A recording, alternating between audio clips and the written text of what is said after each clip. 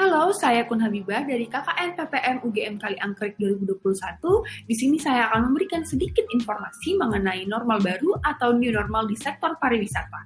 Yang informasinya ini saya dapatkan melalui CHSE Kemenparekraf dan juga beberapa peraturan dari Kemenkes. Nah, berhubung Kaliangkrik memiliki potensi wisata yang sangat besar, maka alangkah baiknya kita mengetahui regulasi terkait normal baru untuk menunjang sektor pariwisata. Nah, apa sih tujuannya? Tujuannya ini adalah untuk memberikan jaminan kepada warga, petugas, maupun wisatawan akan keamanan, protokol kesehatan, dan adanya kepercayaan untuk berwisata di tempat wisata. Selain itu, adanya daya tarik wisatawan secara tidak langsung tentunya akan menggerakkan ekonomi warga lokal. Nah, ini kita lihat ya.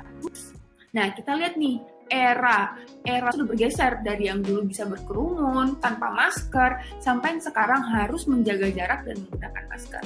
Nah, kuncinya itu adalah kita harus pandai beradaptasi sehingga kita juga tetap dalam keadaan yang sehat dan pergerakan ekonomi pun tetap jalan. Sekarang kita lihat alur pelayanannya.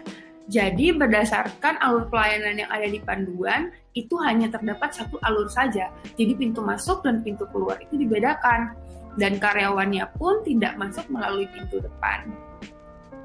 Seperti yang kita lihat, jadi kantor dan ruang karyawan itu langsung masuk ke tempat penyelenggaraan kegiatan wisata. Tidak masuk pintu masuk dan nanti langsung keluarnya melalui satu arah saja.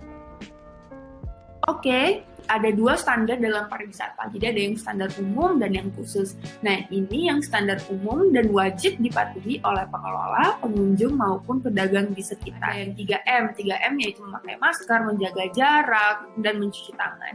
Selain itu juga kita harus menghindari kontak fisik ke orang lain maupun ke diri kita sendiri. Jadi tidak usah memegang-megang bagian wajah, terutama mata, hidung, dan mulut.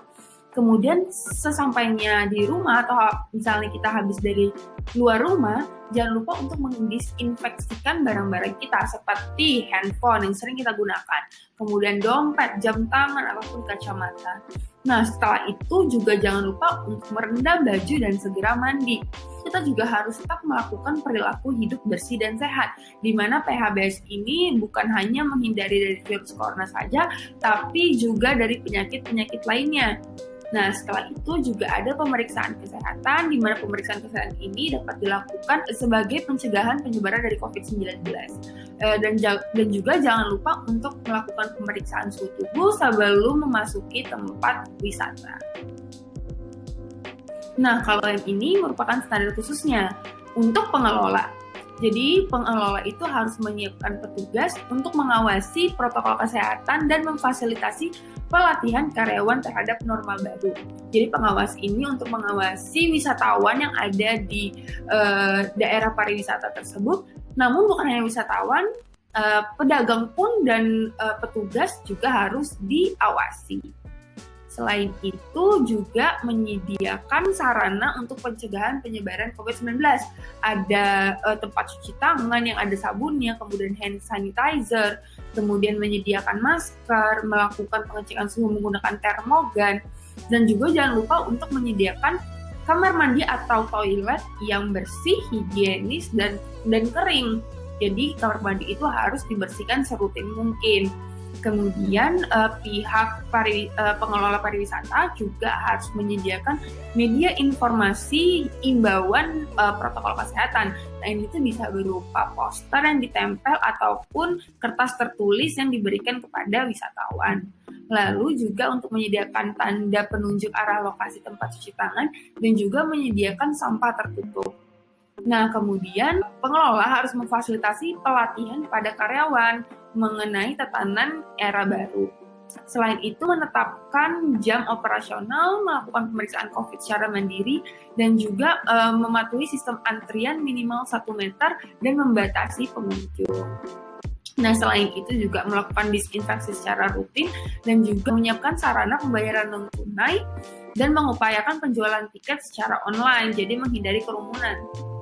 Kemudian pengelola itu berkewajiban untuk memberikan sanksi apabila ada yang tidak mematuhi protokol.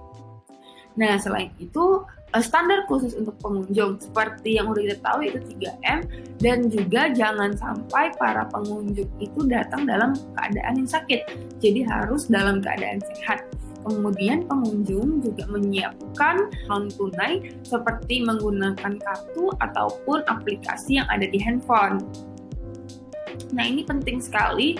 Jadi untuk manajemen dan tata kelola pariwisata itu harus memperhatikan informasi terkini serta imbauan dan instruksi dari pemerintah pusat maupun pemerintah daerah mengenai COVID-19.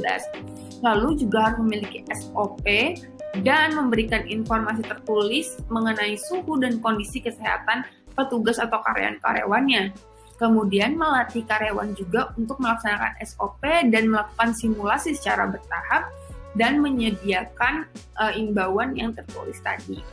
Selain itu juga memastikan bahwa pengunjung mematuhi protokol kesehatan yang tepat dan menyediakan peralatan K3 atau perlengkapan keselamatan dan keamanan bagi wisatawan ataupun petugas apabila terjadi kondisi yang gawat.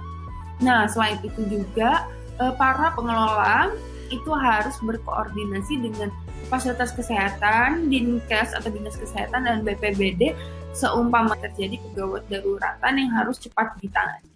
Nah, terakhir adalah memastikan seoptimal mungkin penggunaan bahan sumber daya yang ramah lingkungan. Nah, ini itu digunakan agar kita dapat merecycle, reduce, reuse, ataupun replace untuk menjaga keseimbangan dan keberlanjutan ekosistem. Nah, ini kita lihat ya betapa indahnya Kecamatan Kaliangkrik yang terletak persis di kaki Gunung Sumbing. Sekarang coba kita lihat kira-kira daya tarik wisata apa lagi yang dapat dikembangkan oleh desa ini.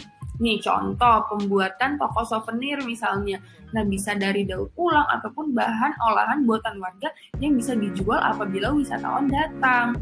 Selain itu karena desa Kaliangkrik ini memiliki hasil tani yang melimpah, kita dapat memanfaatkan itu menjadi barang yang lebih tahan lama sehingga memiliki nilai ekonomi yang lebih tinggi. Misalnya dengan mengolah cabai, bawang, dan lain-lain menjadi kemasan bentuk cabai bubuk, bawang bubuk yang nantinya juga dapat disebarkan melalui online marketplace. Jadi lebih luas penjualannya seperti itu.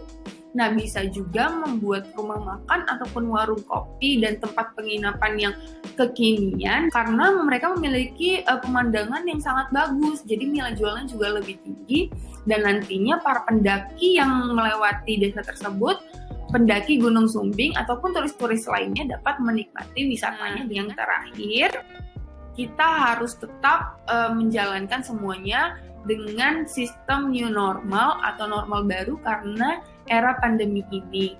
Ayo adaptasi demi keberlangsungan pariwisata Indonesia.